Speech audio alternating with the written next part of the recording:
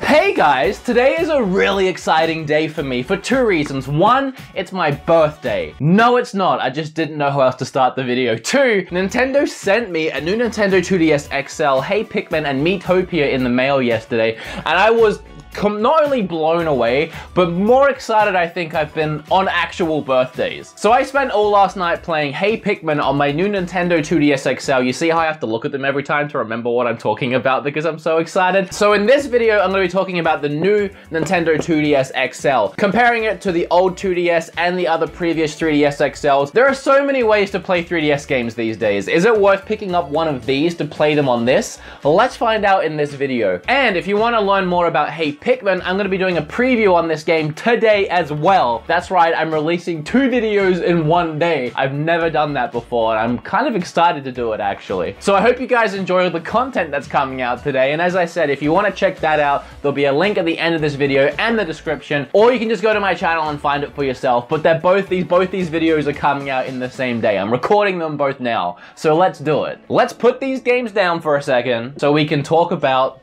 this. So as I said in this video, I will be comparing the new 2DS XL to the other 3DS and 2DSs on the market. The only one I don't have in my possession is the 2DS doorstop design, because I personally never liked the doorstop design. So right off the bat, you probably will guess how I feel about this one compared to that one, but I will mention it. Mostly I'm going to be comparing it to the 3DS XL because they are essentially exactly the same, just one doesn't have 2D. So really, is it worth picking up over this? So before these two titans tackle it out in a battle to the death to see who wins on this almightiest of days, my birthday, I don't know why I keep making that joke. So I started with the original 3DS, which this one's actually the Ambassador 3DS, just saying, just bragging. It's got a bunch of games on it that I didn't pay for. When I first got my hands on this, I thought it was a cool little system. I always thought it was a little small, but it felt really nice and it played really well. And then along came the 3DS XL, which goes without saying was a massive improvement and upgrade from the previous model. It finally had what I consider a decent sized screen, like I actually see what's going on.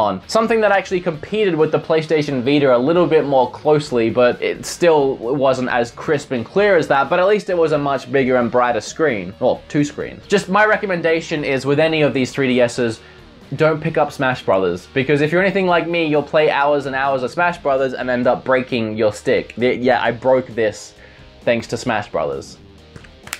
But it's okay, because I upgraded once again to the new 3DS XL. Which brings me to the comparison between these two. Now the new 2DS XL, there's so many news and 2DSs and XLs and I'm getting myself confused. This bad boy right here is much better than those two previous models that I just showed. I mean, that one's obvious because when it comes down to it, this is the new version, which means it can read amiibos and it can play the other games that these ones can play, which at this point I think only ever ended up being Xenoblade. But how does it compare to this? Well, as far as a technical standpoint goes, it has the same processor, so it plays exactly the same. It has the exact same screen resolution and size, so they look exactly the same. So from a hardware and technical standpoint, there is no difference between them other than the speakers on the new 2DS point downwards. They're right here at the bottom and point down, whereas these ones point to your face. And really, I didn't notice any different. I wasn't like off put by that at all. I don't really mind which direction my sound goes in as long as it's loud, crisp, and clear. And honestly, I feel like this one sounds a little clearer than this one, but that just might be my imagination, so don't take my word on that. So what else? This one is light. Honestly, really light. It feels like this one's twice as heavy. Now, I wouldn't say this one feels cheaper. It is slicker. It's a little bit thinner and it's a little bit smaller. And rather than having a gloss, what feels like really high quality plastic, you have more of a matte, I don't want to say the word cheaper because it doesn't feel cheap, but compared to this, definitely feels like cheaper plastic. But honestly, I really like it. I really like the design. I really like the look and feel. To sort of compare it, it's almost like taking an NES controller and taking a Wii U Pro controller. One feels sleeker, one feels more polished and smoother and rounder edges, whereas this feels a little bit more rigid, a little bit more cheaper, a little bit more basic, but the NES controllers last. it's still good quality plastic that if you pick up an NES controller to this day, it will not be broken. I've almost never found a broken NES controller, and I think the one time I did, it was with the wires. It had nothing to do with the actual hardcore plastic that goes into those things, and this is really the same. It feels a little bit more like that old school plastic more than a nice, sleek, elegant plastic, if that makes sense to anyone. I'm bad at describing things. Something else I really like about this one is I feel way less protective of this one because of its finish. I feel like it's going to be a lot harder to scratch this than it is a gloss. It just feels more durable in that sense, where I feel like this thing could take a beating and you really couldn't tell. But if I drop this even a little bit, it's going to get chipped, it's going to get scratched. And yeah, you can buy cases, but I always think cases make these things look uglier. This thing can definitely take more of a beating, and if I scratch these together right now, this one's going to come out on top. Something I do like a lot more is the volume slider on this one is here on the side, and it's actually kind of stiff. So you really got to put some effort behind lowering it and raising it. Whereas on this one, it's up here on the screen, and I kind of hold my 3DS like this. So I was always adjusting my volume, and it's not that rigid, and it was really easy to slide it up all the time, which was really annoying when you were trying to play with a low sound and you kept raising it up. But that doesn't happen for me with this one, so I do like that personally. The camera is here now as opposed to up here, and the home button is here because the size is a little bit smaller. Something I noticed is that the stylus that it comes with, which again, you can buy another stylus, is kind of small.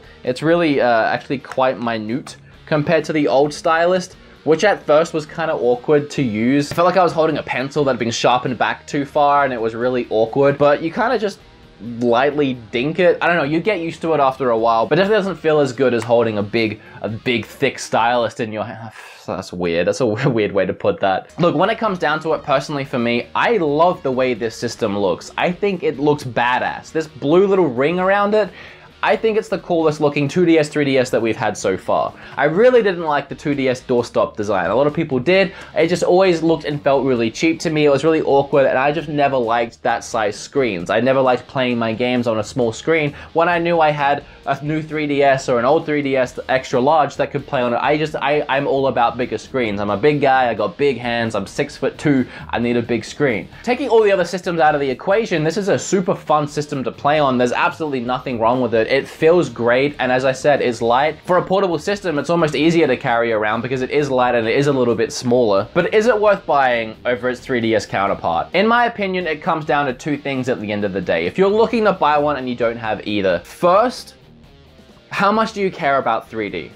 That's really the big one. If you're kind of like me, where you know that there's a feature that you're missing out on if you buy the cheaper product, that sort of bugs me and irritates me. I kind of want that option. I want to know that if I want to play something in 3D, if I'm playing a game and I'm like, I wonder what this game looks like in 3D, I would love to be able to just turn it on, and the $50 extra is almost worth it to appease my curiosity. But that's just me, and I'm definitely the kind of guy that will get killed one day by his curiosity. I'm more curious than a cat. It's a weird thing to say on my birthday. And the second thing is the price point. It's $50 more for this, $50 less for this. That's really all it comes down to, is how much is your money worth to you and how much is 3D worth to you. If there was a third thing that I would put into it, it'd be purely, do you like the design and do you like the fact that this one is lighter and a little bit more easily portable? When it comes down to it, it's personal opinion between these two or any of the 3DS and 2DS products that are available. It was a smart move for Nintendo to make this. It's a system that's cheaper and easier to make than its counterpart. Its price point is lower, so if a consumer doesn't have a 3DS or a 2DS yet, there's more of a likely chance they'll be able to afford something like this. It gives consumers another option, an option that honestly, in my opinion, makes a lot of sense. So whether initially you bought the doorstop design 2DS because it was a little cheaper and you're looking to upgrade to something with a larger screen, this one makes a lot of sense to you. If you never picked up the new 3DS XL and you're still stuck with one of the older models, the older XL or the original 3DS, this makes a lot of sense. If you already have this one, however, this one doesn't make a lot of sense for you to go and buy. Apart from people that already own this is marketed towards pretty much everyone else. For me personally, owning this one already, if I wasn't sent this, I'd have no incentive to go and pick it up. But now that I have it, I'm going to be playing on this way more than I am this. This one's definitely going to dominate my 3DS games from now on, because at this point in time, I don't really care about 3DS anymore. I never used 3DS. This one, as I said, is lighter and sleeker. I much prefer the design. and Nintendo sent it to me. So I'm in love with it and I'm really attached to it. Also, now that I think about it, this one cost $200 and this cost $150, but this one came with a charger and this one you had to go out and get your own, which makes this one even cheaper when you think about it. So that's my little breakdown of the new 2DS XL. Is it worth it? Absolutely, assuming you don't already have a new 3DS XL, because they're essentially the same thing, just this one doesn't have 2D. Well guys, that's not all from me today. That's all from me in this video, but again, if you want to check out my preview of Hey Pikmin, that's going to be up on the channel today as well, and as I said, there'll be a link right now at the end of this video and in the description, or you just go to my channel and you can find it. I really hope you enjoyed the video. Remember to hit that like button. Let me know down below if you're considering picking up one of these, and let me know why. I'd love to hear. And hit that subscribe button because, hey, it's my birthday. And I'll see you in the next video.